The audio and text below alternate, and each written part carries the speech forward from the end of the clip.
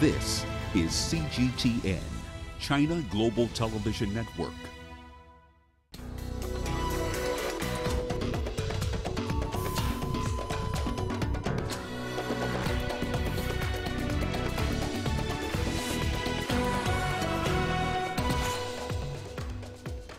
Mali's president condemns the attack that left nearly 100 villagers dead. The UN struggles to secure funds for Zimbabwe's cyclone recovery. And residents embrace urban farming to increase food access in Botswana. Hello and a very warm welcome to Africa Live on CGTN. I'm Lindy Mtongana in Nairobi. Also coming up this hour. In business, Kenya's troubled national carrier considers a state-operated structure to remain in business. And in sports, South Africa's chances of semi-final qualification suffer a rainy blow against West Indies.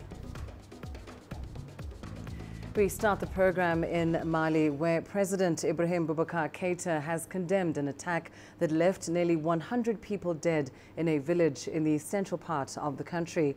This is the latest violence to strike the North African nation. There was no immediate claim of responsibility, but the massacre took place in the Dogon community, where in recent months there have been clashes with Fulani leaders and jihadist groups. CGTN's Thuli Shabalala has that story. This is what is left of the Subanuku village in Mali's Mopti region. An overnight attack on Sunday razed the village to the ground. Officials say at least 95 people have been found dead. Many of the bodies were burned. Around 50 heavily armed men reportedly arrived on motorbikes and surrounded the village. Mali's government has strongly condemned the attack. At this moment, I thought for those who once more have fallen under the murderous bullet, unjust, cowardly in the Dogon country.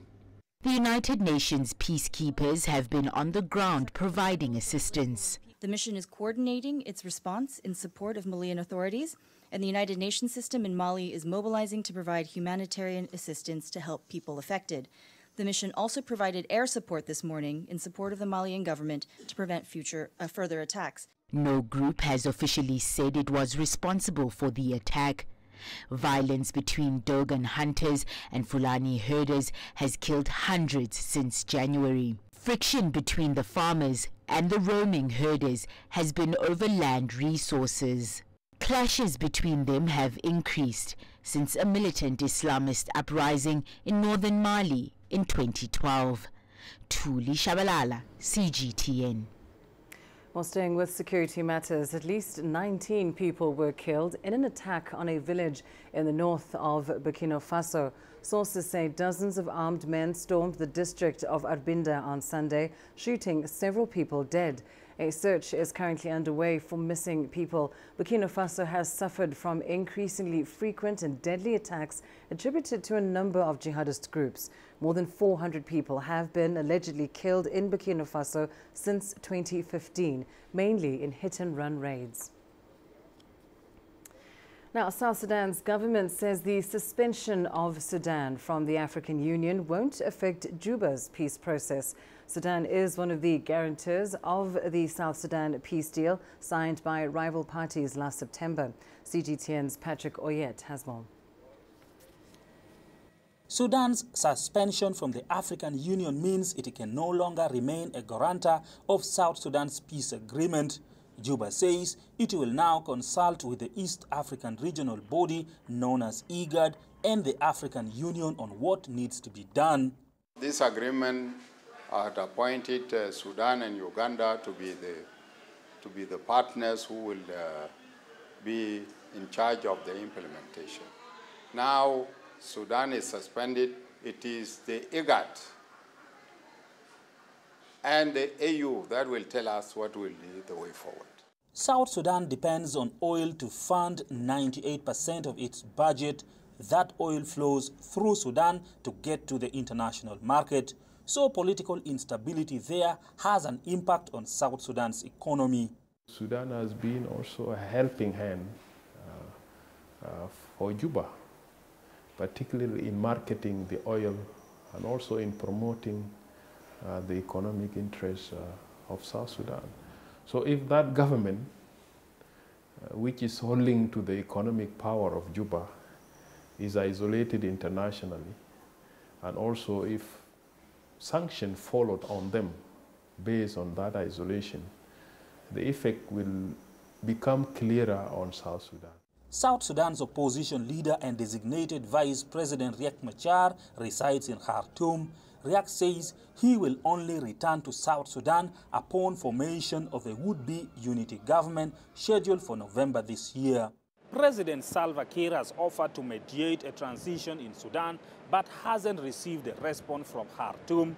Many in Juba believe stability in Khartoum will make a lasting peace in South Sudan more likely. Patrick Oyet, CGTN, Juba, South Sudan. The United Nations has raised less than half the money needed to help Zimbabwe recover from Cyclone Idai, with fears that decades of development could be lost if more resources don't come through. CGTN's Farai Makutoya reports. Nearly 3 months after the devastating flood waters tore through Chimanimani, the response has shifted from saving lives to rebuilding and recovery. But getting affected communities back on their feet is taking longer than expected because help hasn't been forthcoming. 3 months on, the United Nations and its partners have received 40% of funds they appealed for to respond to the impact of Cyclone Idai. However, the overall humanitarian appeal remains critically underfunded. The humanitarian appeal asks for $294 million. The cyclone dealt the country a double blow, compounding food shortages that will see nearly 6 million people in need of aid due to poor rainfall. For the people of Chimanimani, food insecurity is just the tip of the iceberg. Thousands of people still displaced and living in temporary shelters are battling to access healthcare or drugs, especially in the case of those in need of antiretroviral therapy. And not all children have gone back to school. Those challenges have necessitated a second attempt to drum up support. We have discussed with the government that based on the most recent assessment of the agricultural sector and the drought situation, we will work together with the government to issue a revised humanitarian appeal to also address the wider drought-affected population. We need the international community to stand with the people of Zimbabwe and urgently provide the funds needed to scale up humanitarian efforts and avert a further deterioration of the situation. Zimbabwe plans to float an international tender for maize imports to meet the grain shortfall. The unplanned expenditure risks deepening a fiscal deficit and slowing down economic recovery, extending the impact of the two extreme weather events beyond the immediately affected areas. Farai Makutoya, CGTN, Harare, Zimbabwe. Chinese President Xi Jinping will pay state visits to Kyrgyzstan and Tajikistan from Wednesday to Sunday. Now, during the visits, President Xi will attend the Shanghai Cooperation Organization Summit in the Kyrgyz capital of Bishkek, and the Chinese leader will also attend the summit of the Conference on Interaction and Confidence-Building Measures in Asia. That will take place in the Tajik capital of Dushanbe. Now, before the visit, Kyrgyzstan media published a signed letter by President Xi in which he said he looks forward to flourishing and enduring bilateral ties. Zheng Yubing has the details. May the China-Kyrgyzstan friendship thrive like an evergreen tree. That's the wish the Chinese president expresses in his letter published on Tuesday before his visit to the Kyrgyz capital of Bishkek and a meeting there with leaders of the Shanghai Cooperation Organization. Xi praises a long tradition of friendship between China and Kyrgyzstan and their unbreakable bond of friendship forged since the establishment of diplomatic ties. In the letter, the Chinese leader says he's happy with how bilateral ties have grown from a strategic partnership into the comprehensive strategic partnership, and he calls for stronger mutual political trust, deepening results-oriented cooperation, strengthening security collaboration, closer people-to-people exchanges, as well as stepping up international cooperation. Kyrgyzstan was one of the earliest supporters and participants of Belt and Road Cooperation. China has become a Central Asian country's top trading partner and source of investment. Bilateral trade exceeded $5.6 billion in 2018, a 150-fold increase from the early days of diplomatic engagement. Cumulative Chinese investment in Kyrgyzstan is approaching $3 billion. In 2018, more than 70,000 people traveled between the two countries, and over 4,600 Kyrgyz students were studying in China. President Xi also praised the role of SCO in maintaining regional stability and prosperity over the past 18 years since its inception. Xi also calls for deeper collaboration among SCO members for a closer SCO community with a shared future. For the upcoming SCO summit in Bishkek, the Chinese president says, with the collective efforts of all sides, it will produce fruitful results, bring about greater development of SCO, and deliver even more benefits to the people across the region. Zheng Yibing, CGTN, Beijing. Now, China and Kyrgyzstan have cooperated on various projects under the Belt and Road Initiative. An oil refinery, one of China's biggest investments in Kyrgyzstan, is said to have greatly contributed to income and employment. CGTN's Wu Guxiao paid a visit to the plant and brings us this report. 2 hours away from the capital Bishkek is China's largest investment project in Kyrgyzstan, the Zhongda China Petrol Company. The refinery was born from a $500 million backing by a Chinese company. It processes crude oil imported by rail from Russia and Kazakhstan, as well as a small amount from local Kyrgyzstan. In 2008, our manager found that this country didn't have a modern oil refinery. Then, through contact with the government, we decided to build this factory. Since it began operation in 2014, it has helped stabilize local oil prices, significantly easing their troubles with oil usage. This China-invested refinery paid the Kyrgyz government $43 million last year, being the second largest taxpayer of the country. It's also one of the largest employers, hiring about over 2,000 locals. Over 80% of the employees are locals, including technicians. The company used to send staff to China for techniques and language training. 27-year-old Isen studied in China for a year before working on safety maintenance. I work here because the plant is very close to my home and the pay is very handsome. I check on the equipment every 2 hours to see if the pressure levels, oil levels, and oil indexes are stable and working well. The company's refined oil products make up almost 40% of the local market. They say it has helped reduce the average price of gasoline by almost half. Wu Guxiao, CGTN, Karabata, Kyrgyzstan. Well, time now for a short break. Here's what's still ahead on the program. Residents embrace urban farming to increase food access in Botswana. And leaders at the ILO centenary push for multilateralism amid escalating trade wars.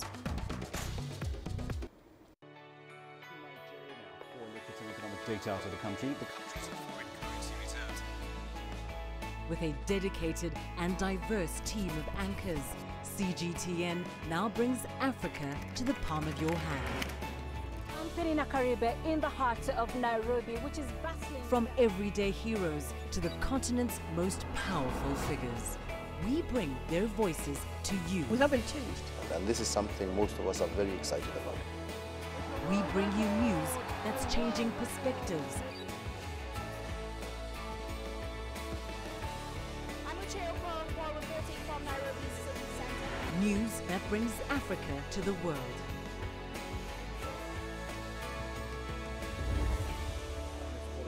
CGTN. See the difference.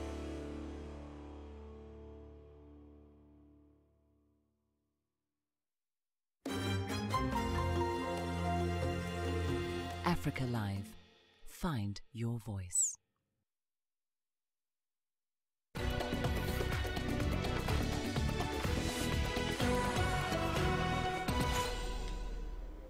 Now, Botswana is a middle-income country and it is experiencing rapid urbanization. This has brought with it high unemployment, poverty and food insecurity. Some are now turning to subsistence, commercial, urban and peri-urban agriculture to address these challenges. CGTN's Daniel Arap Moy has more from Botswana's capital, Gaborone. The concept of urban agriculture is emerging as a solution for food security issue in southern Africa. In Botswana, urban agriculture is helping to reduce poverty as farmers embrace the technique of growing plants and raising animals within and around the city. With the tough economy and worries about food security due to prolonged dry spell in Botswana, Fenyo Thebe, a local urban farmer, is making a comeback in Gaborone. Over the last 10 years, I've seen temperatures go very high. Normally, when temperatures go very high, they have a direct impact on the quality of the crop. Evaporation is high, pest attack goes very high, and the cost and maintenance of crops is very high. Fenyo has been digging in the dirt longer than most people in Gaborone. As an adult, Fenyo yearned for the farm life, but not the isolation of country living. Now he has become a successful urban farmer. He talks about the joys and pitfalls of self-sufficiency, adventures in raising chickens, goats, and embracing his identity as an unconventional farmer. As we can see here, here is the fertilizer. They got the fertilizer manually. Sometimes you have to go manual. Not everything can be done on a machine. Manual has its own advantages of being precise with the introduction of fertilizer or something. Fenyo's urban farm is now playing an important role in Gaborone, enhancing urban food security, supplying and distributing food to city supermarkets. They are giving us nice products, nice vegetables and fruits. They are very, very important to us because, like doctor, they are close. His farm is closer to us. When we order stock, we just receive in 30 minutes or 1 hour ago, and they come fresh. Urban food production is practiced by a relatively small number of people in Botswana, and it appears in various forms. Despite these encouraging initiatives, lack of arable land, scarcity of water, periodic droughts and difficult terrain hinders efforts of many farmers to retain and harvest quality crops. Daniel Arap Moy, CGTN, Gaborone, Botswana. Leaders at the 108th International Labour Organization Conference have been pushing for multilateralism amid escalating trade tensions around the world. Now, among the leaders who addressed the conference was South African President Cyril Ramaphosa, alongside his Italian counterparts Sergio Mattarella and the Swedish Prime Minister Stefan Löfven. Laura Walubenga has the details. The trade war between China and the United States seems to have made its way into the ongoing International Labour Organization Conference, which is taking place in Geneva. As the two world's biggest economies trade bubs with tit-for-tat tariffs on respective import and exports, leaders are raising concerns. They say multilateralism is a way forward, with interests of workers forming the basis of trade between nations. Many contemporary rights derive from the profound commitment of the ILO to the full protection of the dignity of every single human being, wherever they work and whatever it is. For the ILO to continue with its valuable work, we need to reaffirm our commitment also to multilateralism. Although the ILO retains its unique character within the UN system, as the only organization that has governments, business and trade unions as equal partners, the global multilateral framework remains very fragile at the moment. The prospect of a looming trade war and other disagreements seem to signal greater global tension and polarization. The Swedish Prime Minister used his country as a perfect example of how dialogue and respect for workers' rights can achieve milestones in lifting a nation from poverty to heights of economic success. I've seen what social dialogue between workers, employers and governments can achieve, both in relatively small things that could improve the working conditions for me and my co-workers, but also for the company we work for and for the society we lived in. But also in a bigger perspective, how it could transform the country that I represent here today from a poor country at the outskirts of Europe to a rich country at the cutting edge of the global economy.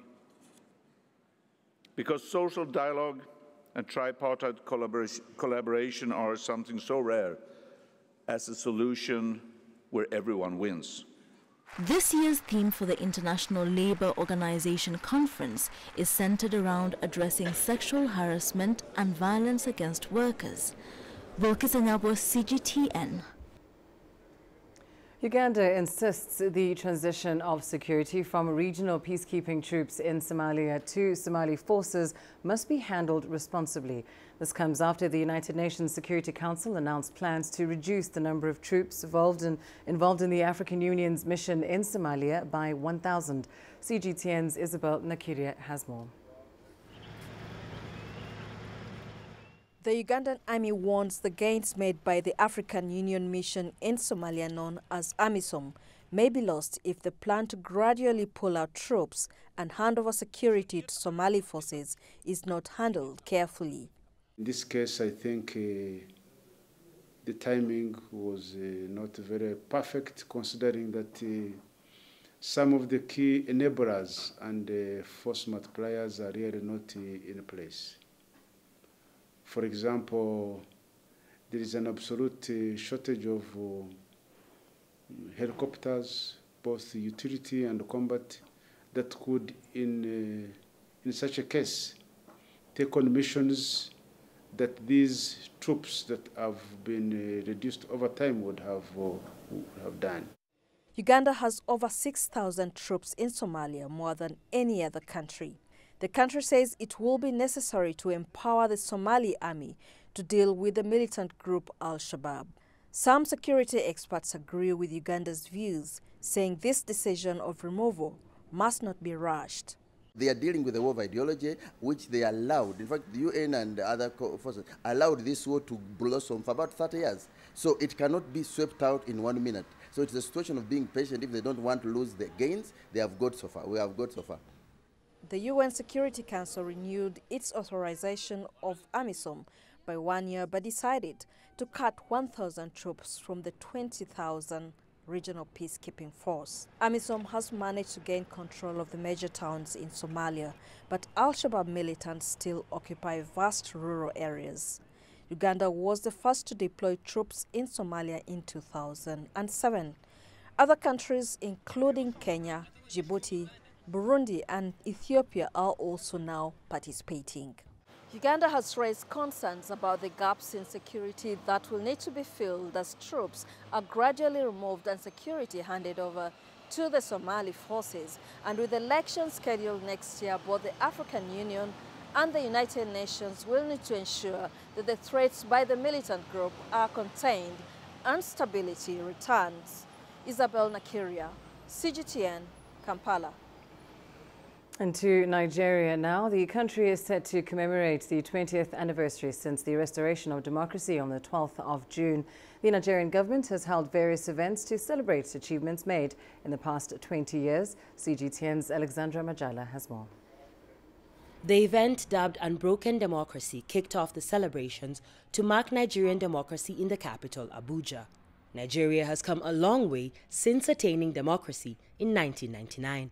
This year's celebration coincides with the 20th anniversary of an uninterrupted democracy, civil rule since 1999, as well as the consolidation of the achievements recorded in strengthening and deepening our democratic experience since June 12, 1993. The country's democracy, which was formally celebrated on the 29th of May each year, will now be celebrated on 12th June following amendments approved by President Buhari. Exhibitions were also held seeking to promote the country's history to the younger generation.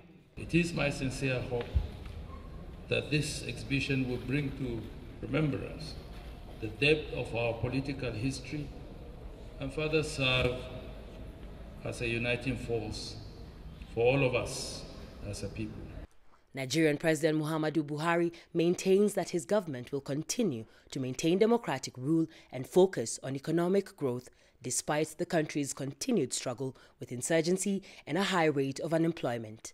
Alexandria Majala for CGTN. As a country formed by volcanic eruptions, Mauritius is ideal for growing tea, but the taste is bitter, and this affects its global competitiveness. One Chinese tea expert, Quanfu Hailun, has given away his secret recipe to tea farmers to help improve the taste. In a process called warm fermentation, the tea leaves are pan-fried twice, 4 hours each time. This is followed by 15 days of cold fermentation. Once the black tea is fermented and has matured, the taste turns from bitter to mellow. When I first tasted, it was just amazing. Before, I never take tea without sugar and without milk. I make a lot of African friends through tea, and I also grow with them through tea.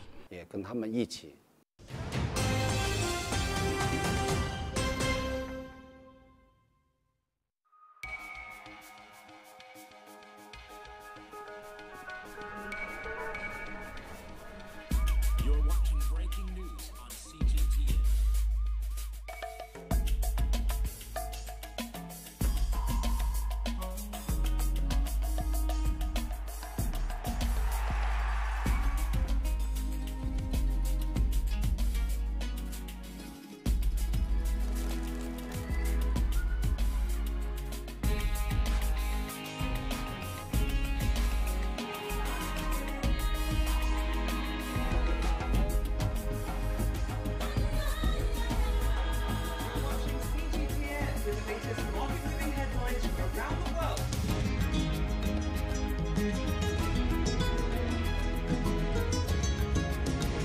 Welcome to the world today on CGTN.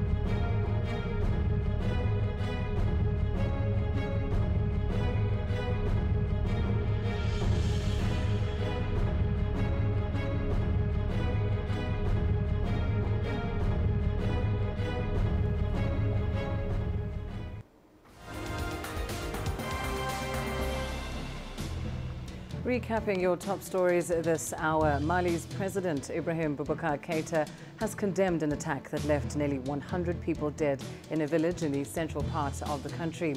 It's the latest violence to strike the North African nation. There was no immediate claim of responsibility, but the massacre took place in the Dogon community, where in recent months there have been clashes with Fulani herders and jihadist groups. Meanwhile, at least 19 people were killed in an attack on a village in the north of Burkina Faso. Sources say dozens of armed men stormed the district of Arbinda on Sunday, shooting several people dead. A search is currently underway for those who are still missing.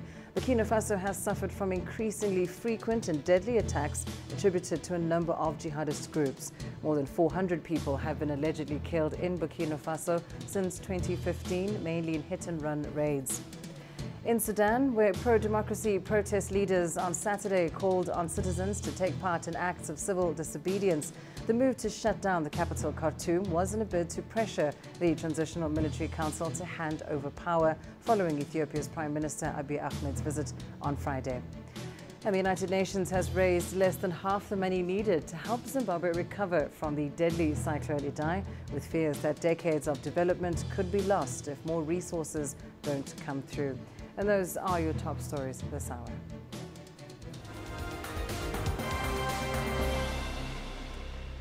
Coming up in your business news. Kenya's troubled national carrier considers a state-operated structure to remain in business. And China opens the door for deeper trade talks with the East African community. Africa is the nexus of enterprise, and global business will tell you why it matters. From the mega investment projects to multi-billion-dollar mergers and acquisitions. Africa today collects, just in terms of revenues from taxes alone, $545 billion a year. If you take 10% of that and you devote it to the energy sector, problem solved. All this on Global Business, weekdays at this time on CGTN.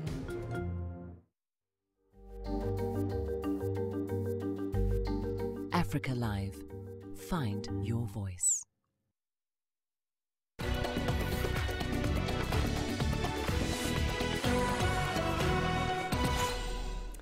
Now, in your business news, we start right here in Kenya, where the national carrier Kenya Airways says it's willing to operate under a state-owned holding company after the troubled airline failed in its bid to jointly run the country's main airport. Lawmakers in the East African nation in May rejected the airline's proposal to operate Jomo Kenyatta International Airport with the state-owned Kenya Airports Authority. The two firms are expected to issue alternative proposals.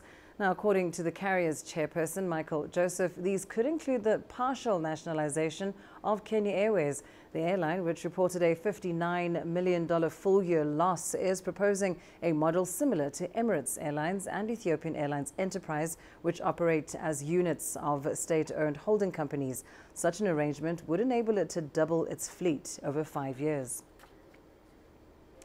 China is ready to negotiate a trade deal with the East African community. It's looking to address complaints that the six-nation East Africa trade bloc is operating huge trade imbalances with the region.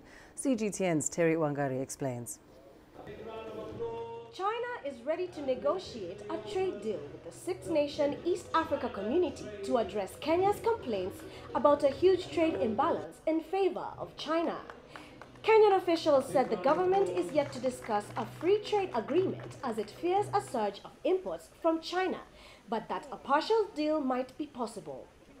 Chinese Ambassador Wu Peng said Beijing was ready to open trade talks with the East African country, guided by World Trade Organization rules. Africa has the capacity and the ability to reach their self-reliance development. We, as a foreigner or as a friend and partner, just want to give them assistance, of course, under the request of African countries. China has become one of the biggest trading partners for many East African countries, but their exports to the world's second biggest economy are dwarfed by imports of manufactured goods like electronics and plant equipment. Kenya imported goods worth $3.67 billion from China last year, while exporting just $112 million worth of goods there. Kenya needs industrialization, just as the HE president said in the Big Four agenda. Only through industrialization, Kenya can reduce the import and then have the capacity to export. Officials at Kenya's Trade and Industrialization Ministry say the government is seeking a preferential, non-reciprocal trade deal giving Kenyan exports duty-free access to China. Such a scheme could be modeled on the Africa Growth and Opportunity Act, which allows African exports like apparel and textiles duty-free access to the U.S. market. I think what we need is policies beyond just the politics. And the policies would then regulate how Kenya or the East Africa region interacts with China as far as even infrastructure development is concerned, the knowledge transfer, the technological know-how, because without clear policies, obviously then of course China can always bring their experts to fix things, and then they go away, and then when things go bad, again you have to call the Chinese. The Kenyan government has borrowed from China in recent years to build roads and railways. It's also part of China's Belt and Road Initiative aimed at upgrading land and maritime trade routes between China and Europe Asia, and Africa. With China extending its hand for negotiations, it's hoped that a level trading ground will eventually be reached, not just for Kenya, but for the rest of East Africa. Terry Wangari, CGTN. Ethiopia's parliament is set to approve a law covering the liberalization of the state-controlled telecom sector. The move is the first concrete sign of progress on economic reforms pledged by Prime Minister Abiy Ahmed shortly after he took office in April 2018. Parliament is discussing comments made on the draft telecom law and is expected to approve the proclamation. CGTN's Girum Chala reports.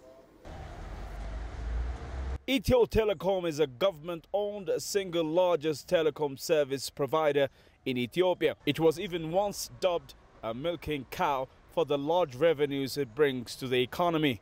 Now, things will slightly change. Based on an economic reform introduced by Prime Minister Abiy Ahmed, Ethiopia's parliament will soon approve a proclamation in order to partially privatize Ethiopia's giant telecom operator. The need for amending the existing proclamation is to make sure that we are able to manage and regulate more than one operator, a competitive telecom market. That's all. So that proclamation also will allow to open the market for a second license. But that doesn't mean Ethio Telecom is going to be sold out. Under the new plan of partially liberalizing Ethio Telecom, the government also has bigger plans. I prefer to call it telecom reform than saying privatization and or liberalization. And the main purpose of reforming the market is to ensure the overall economic growth in our country. As you know, telecom plays a vital role in any nation for economic development, and also it's a fuel for any other sectors like health, education, and also the finance sector. As by reforming this sector, we believe we will bring an economic growth for the entire nation. Ethio Telecom has now close to 45 million customers and has the capacity to provide service for about 68 million people. With a goal of partially privatizing the long-lived monopoly, Ethiopia aspires to even enter the continent's telecom market. Grumjara CGTN, Addis Ababa, Ethiopia. The largest global association of applied economists and a raft of international banks and other advisory bodies are warning of a slowdown in the U.S. economy. It's all due, they say, to protective trade measures from Washington. Let's take a listen. Washington's tariffs and trade protectionism could cost the American economy serious money. Applied economists and policymakers from the National Association for Business Economics, based in Washington, D.C., has issued a report expecting the U.S. economy to lose steam in 2019. The report estimates a 15% chance of recession this year, with the probability of contraction rising a staggering 60% by the end of 2020 if trade relations don't improve. If we have tariffs applied on all imports from China, which includes a lot of consumer goods, then you would start to see much larger effects on the U.S. economy. Economists say ultimately it's the American consumer and especially low-income households who will bear the burden of U.S. tariffs on Chinese goods. With consumption accounting for 2/3 of the American economy, levies at the border are particularly worrisome. When you get into the 25% category, if you're a U.S. importer, there's no way to ameliorate that type of effect through administrative effects or structural changes to your supply chain. You're going to have to pass those prices on to consumers. Tariffs and the threat of them may not be the only storm clouds looming over the United States. The fading stimulative effects of tax cuts and weakening investment are also casting their shadows over the world's largest economy. That's prompting investors to race into safe haven assets such as U.S. Treasuries. If businesses are pulling back on investment, deciding to delay investment plans, then that in itself leads to reduced activity and in turn leads to reduced GDP growth. A slew of global banks and advisory bodies have cut their forecast for U.S. economic growth. JP Morgan Chase slashed its second quarter forecast for U.S. economic growth by 1.25 percentage points to 1%. Oxford Economics lowered its estimate from 1.6 to 1.3%, and Barclays Banks from 2.2 to 2%. Morgan Stanley, meanwhile, says a global recession could occur in 3 quarters if Washington escalates its trade war. Michelle Vandenberg, CGTN. Well, the state of the world's environment is firmly under the spotlight this Environment Month. Recently, Coca Cola announced ambitious plans to recover and recycle a large portion of their single-use plastics. The plan for Africa is being implemented through business units called PETCOs, or PET recycling companies. $12 million has already been invested in getting these operations off the ground. Angela Coppola reports. There are 15 countries involved in the project. South Africa and Kenya have established recycling operations, while Ethiopia, Tanzania will come on stream soon. The group also has contracts with recyclers. However, the scale of the problem is huge. PET bottles, as you know, is a pack of choice for the consumer. It is very popular, it's safe, convenient, and it's cheap to manufacture. It's a low carbon footprint pack, but it's non-returnable. We have a big portion of our plastic being non-returnable, and that's why our efforts are to collect and recycle these bottles. Environmentalists aren't convinced that companies that produce single-source plastics are doing enough. The point of the pollution, or the point of the source of the plastic pollution, is with the companies, and that's where the change actually needs to happen. It's not saying there's no room for recycling, but is the investment at the right place, and is the responsibility put in the right hands, which is the people. So they're not doing enough, absolutely not. In Coca Cola's case, the South African operation produces around 58,000 tons of preforms and bottles annually. It's understood that their South African PETCO business collects around 100 tons of single-use plastics. We are collecting other people's bottles. And that is the example, the South Africa example is what we're rolling out on the rest of the continent. We want also all other countries, and we have started, as I said, in Kenya. In Mozambique, we're going to be 100% this year already. Namibia, we'll be close to 50. So we're in every country working on a project on collecting back all our bottles. Environmentalists suggest that companies look at their manufacturing processes differently. They should be thinking more about how they're going to reduce and reuse. And we always hear it, reduce, reuse, and recycle. They've gone to the end of the sequence of actions that you can actually do. And what we're saying is that if they focus on reducing, really, which is eliminating plastic, and they've got targets and ambitious targets around there as Coca Cola on how they're going to do that and how soon they're going to do it.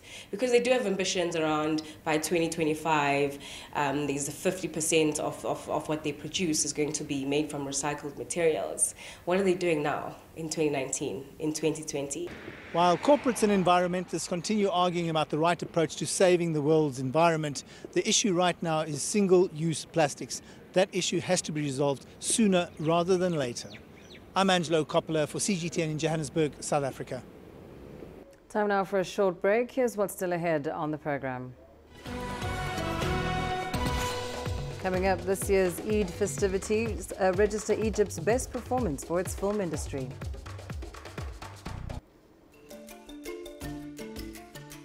Africa Live. Find your voice.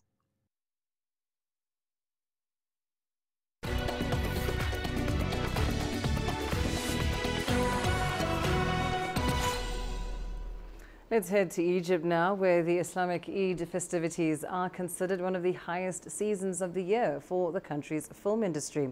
Films are released on the first day of Eid to ensure high sales at the box office. CGTN's Yasser Hakim highlights how this year's Eid films stood out.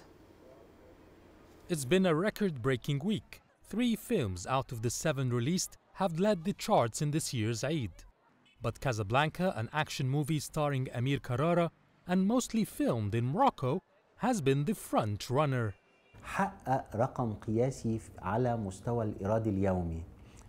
Casablanca broke the record for the highest revenue per day in Egypt.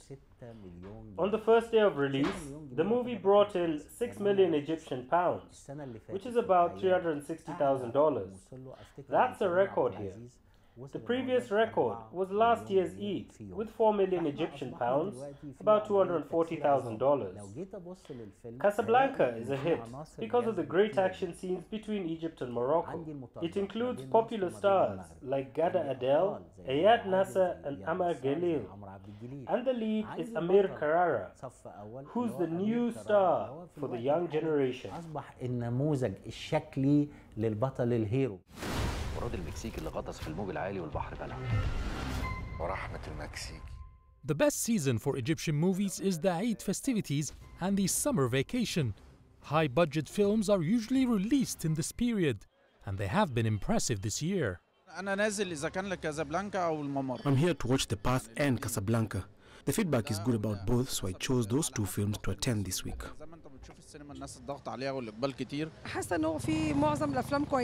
This is the first time I go to the theater since the first day of Eid. The movies are packed, like you can see. It's proof of the huge success of the films this year. But this year has witnessed a new genre that hasn't been in the theaters for decades, and that's a war movie. The film Al-Mamar, or The Path, starring Ahmed Izz and a host of stars. Al-Mamar, or The Path, is about the war of attrition in 1967.